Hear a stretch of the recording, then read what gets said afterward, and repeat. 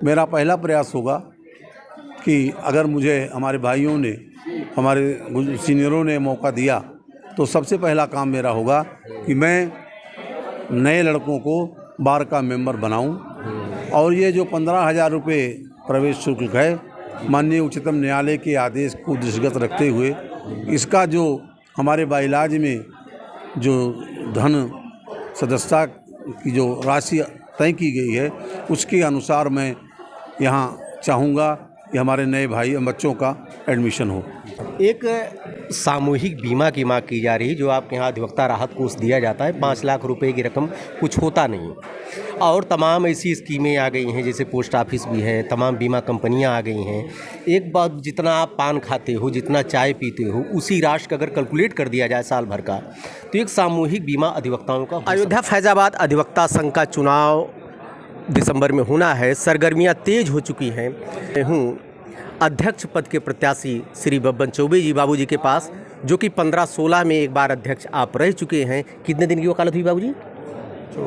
44 वर्ष की वकालत, 44 ईयर, 44 साल की वकालत है। 15-16 के रिज्यूम में रहे हैं बाबूजी। अयोध्या दर्पण में स्वागत है आपका। मैं सबसे पहले तो आपके चैनल को धन्यवाद देता हूँ जी कि हमारी बात को समाज में, अधिवक्ताओं के बीच में जी पहुंचाने का आप जो प्रयास कर रहे हैं, उसके लिए मैं आपको धन्यवाद देता हूं। जी जहां तक रही बात चुनाव की, मैं एक बार अध्यक्ष रहा, अपने भाइयों के वोटों से मैं अध्यक्ष निर्वाचित हुआ, उनकी सेवा अपने कार्यकाल में किया, अपने अधिवक्ता समाज की सेवा किया, अपने बार को आगे बढ़ाने का प्रयास किया, और पुरानी बातों पर मैं जाना उचित नहीं समझता हूँ।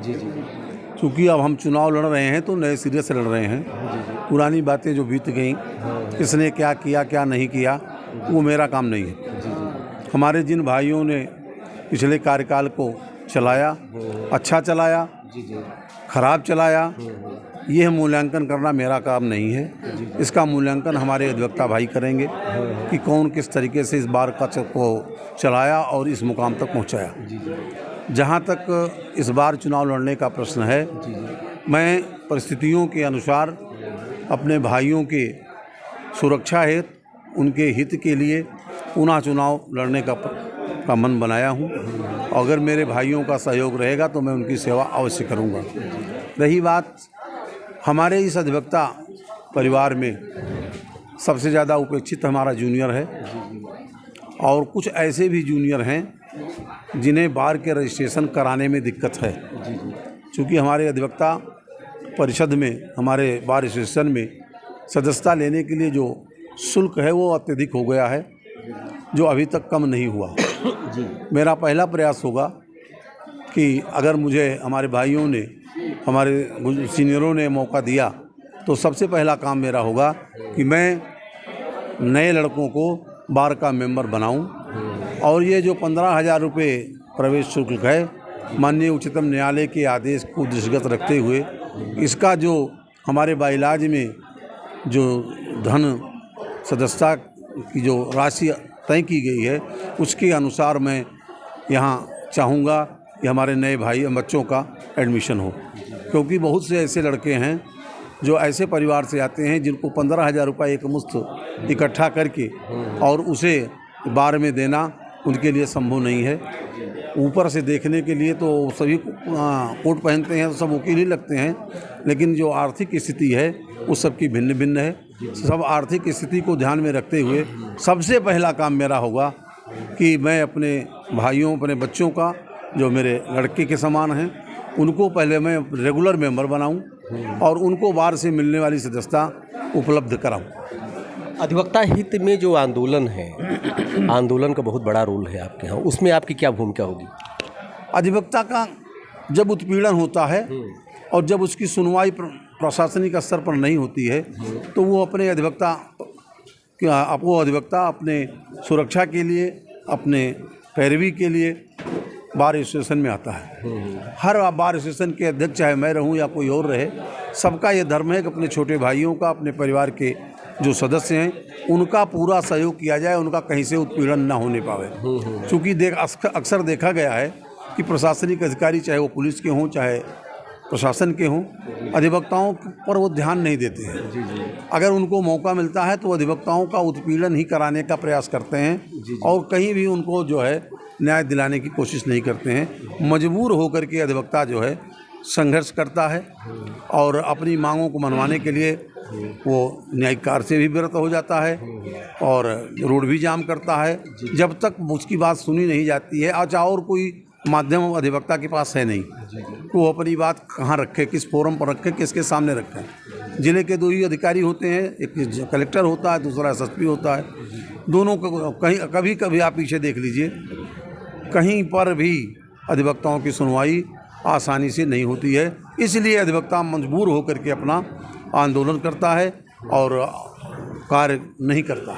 महिलाओं की संख्या बढ़ रही है आपके बार में, उनके लिए क्या आपकी योजना है? महिलाओं के लिए अभी कोई व्यवस्था हमारे बार स्टेशन में नहीं है। उनके बैठने के साधन नहीं है।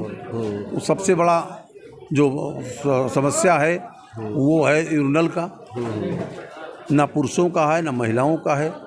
जो यूरिनल हमारा बना था इसमें लगभग 10,000 वादी और अधिवक्ता मिल करके यूज करते हैं।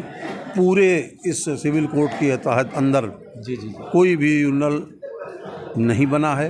जो बना हुआ है उसमें ताले लगे हुए हैं। सिविल कोर्ट में हमारे जिला जज के माध्यम से कोई व्यवस्था इसके बारे में आज तक नहीं की गई। जो बना भी उसमें ताला लगा है। सबसे पहले यूरिनल की व्यवस्था, महिलाओं की अलग, पुरुषों की अलग, ये जो है प्राथमिकता होगी और इसी पर काम सबसे पहले होगा। हेल्थ इशू इस समय बहुत आ रहे हैं। जो आपके यहाँ राशि निर्धारित की गई है संघ में वो बहुत कम है, लाख रुपए कोई बहुत ज़्यादा नहीं है।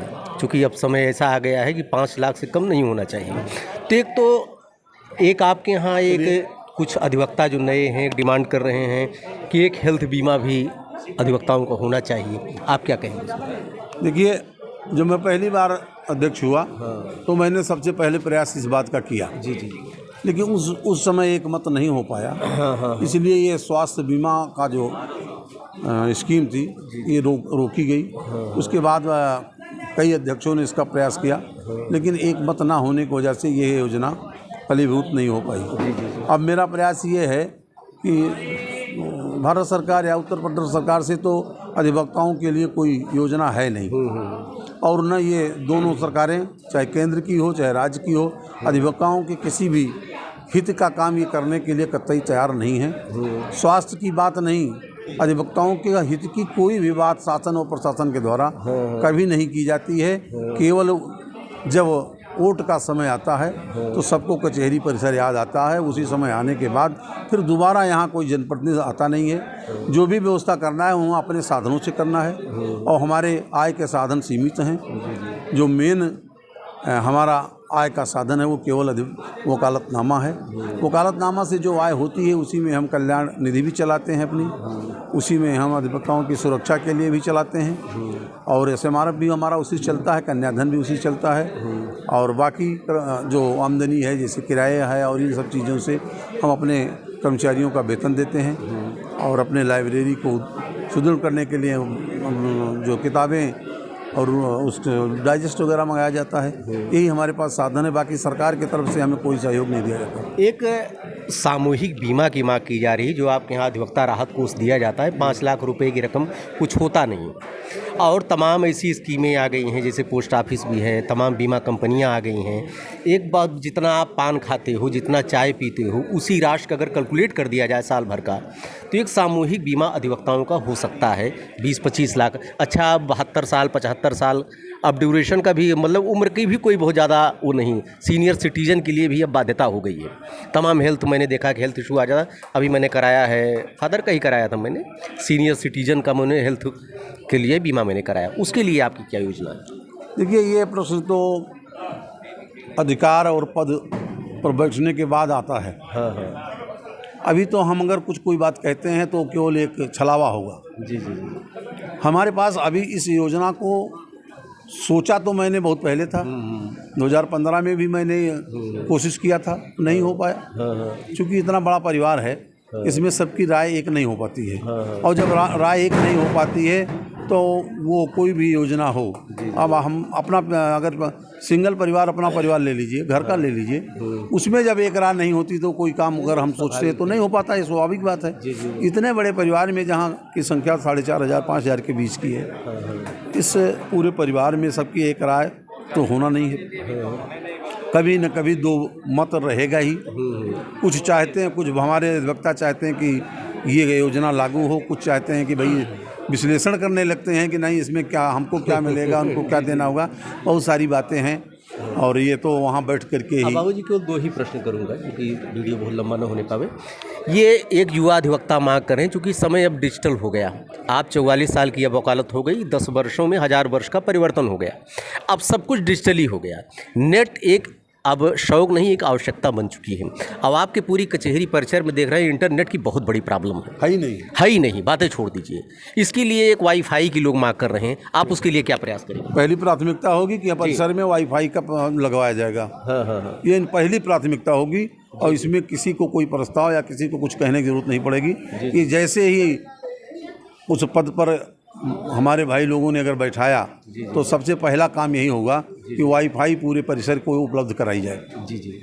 एक अंत में अपील जो करना चाहते हो, जो आपके मतदाता हैं अधिवक्ता, उनके लिए कर सकते हैं। मैं अपने सभी बड़े और छोटे अधिवक्ता भाइयों से निवेदन करूंगा कि आप अपना मत हमको दे करके इस योग्य बनावें कि मैं आपकी सेवा कर सकूं और इस गरिमामयी पद पर आपका सहयोग ले करके इसको और आगे बढ़ाऊं।